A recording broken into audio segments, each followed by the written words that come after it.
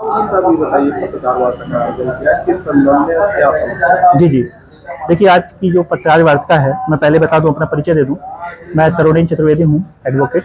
और जो हमारी कंपनी है, समाया स्कूल बस ट्रांसपोर्टेशन लिमिटेड, मैं उसका लीगल एडवाइज़र हूं। मैं उसका मामला ये है कि अपने संभाग स्तर पर संदीपनी स्कूल जो है यहाँ पर, अपने को रीवा, सीधी, इन जिलों में एक टेंडर जारी हुआ था। उस टेंडर के परिणाम स्वरूप हमको टेंडर मिला था, रीवा और सीधी जिले का हमको टेंडर मिला था कि जो संदीपनी स्कूल है, उसमें जो बच्चे हैं, लगभग 2000 बच्चों के आवागमन के लिए हमको बस ट्रांसपोर्टेशन की सुविधा प्रोवाइड करानी थी।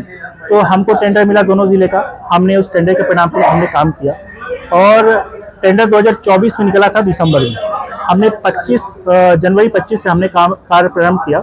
हमने कई जगह से बसें एग्रीमेंट पे ली, किराए पे ली हमने। उसमें ड्राइवर हैं, कंडक्टर हैं, सब हमने सबको अपॉइंट किया। उनको पेमेंट हम विधिवत दे रहे हैं। अब इसमें हुआ ऐसा कि हम जनवरी 2025 से लेकर और हम जून 2026 तक हम ये विधिवत इनको सेवाएं देते रहे। मगर हमारा जो एग्रीमेंट हुआ था, हमारी जो डीड थी जिला शिक्षा अधिकारी रीवा से, कि हमारा जो पेमेंट है मंथली हमारा पेमेंट किया जाएगा, एक डीड भी हमारी उनकी बनी है। मगर हुआ क्या इसमें कि हमारा अभी तक 17 महीने का जो पेमेंट है वो ड्यू है।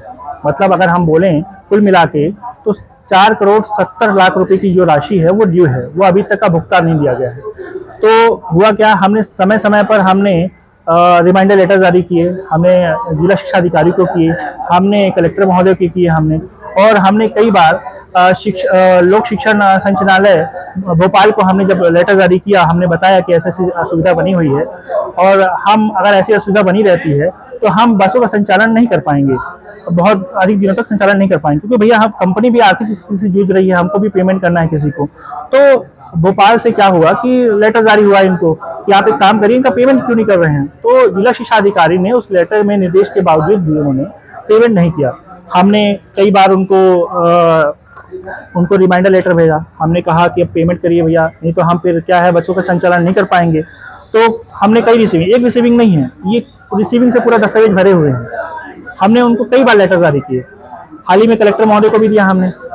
तो इतना सब कुछ होने के बाद जब नहीं हुआ तो हमने क्या किया कि हमने हाई कोर्ट में, ऑनरेबल हाई कोर्ट में हमने रिट पिटीशन दायर की। तो 23 मार्च 2026 को रिट पिटीशन में हमारा ऑर्डर हुआ। ऑनरेबल हाई कोर्ट ने कहा कि डायरेक्शन दिया, इनको डायरेक्शन दिया। ऑनरेबल हाई कोर्ट ने कहा कि आप इनका विद इन 3 वीक्स के अंदर, हम अगर फ्रेश एप्लीकेशन उनके सामने मूव करेंगे, आप 3 वीक्स के अंदर हमारा जो आवेदन है और पेमेंट है उनको पेमेंट करिए। तो ऑनरेबल हाई कोर्ट ने ये 23 मार्च 2026 को ऑर्डर किया।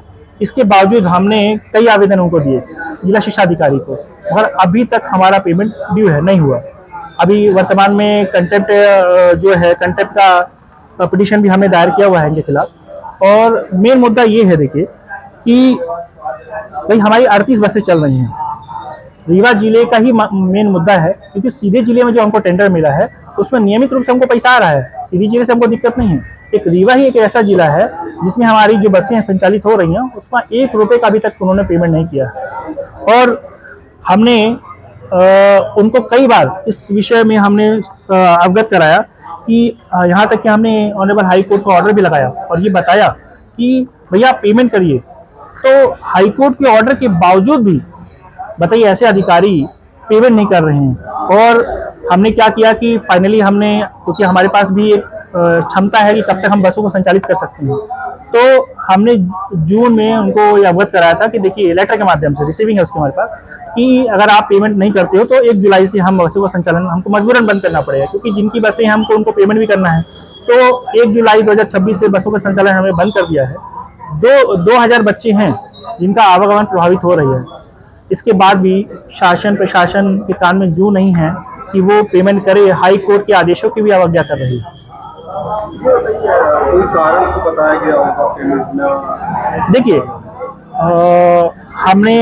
हमने तो विधिवत सब जगह हमने इनको रिमाइंडर भी लेटर जारी किया। हमने अभी तक कोई रिटर्न में ऐसा कारण नहीं बताया कि पेमेंट क्यों नहीं दे रहे हैं। सीधी का पेमेंट आ रहा है, एक ही टेंडर में हमको रीवा और सीधी दोनों का मिला है संभागीय स्तर पर, तो सीधी का आ रहा है, मतलब सीधी का आ रहा है और आपके रीवा का नहीं आ रहा। तो कहीं ना कहीं ये जो अधिकारी हैं जो बैठे हैं, जिला शिक्षा अधिकारी मेन प्रमुख भूमिका इनकी है। इनको पेमेंट करना चाहिए तो पेमेंट नहीं कर रहे हैं। ठेकेदार द्वारा बसों का संचालन बंद कर दिया गया कि बसें चल रही है? देखिए मैंने जैसे बताया कि 1 जुलाई से सेवाएं बंद है, क्योंकि हमने 17 महीने सेवाएं दी, 17 महीने सेवाएं दी हमने। अब हम उसको कितना एक्सटेंड कर सकते हैं? 5 साल का हमारा एग्रीमेंट है।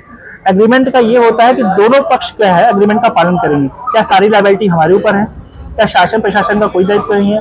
शासन प्रशासन जब बच्चों के भविष्य के साथ ऐसा कर सकता है कि उनके बसों के संचालन के लिए, आवागमन के लिए जो सुविधा है जो हम दे रहे हैं, अभी तक आपने एक भी पेमेंट नहीं किया, मगर हमने अभी तक सेवाएं बंद नहीं की थी, मजबूरन हमको 1 जुलाई से बंद करना पड़ा।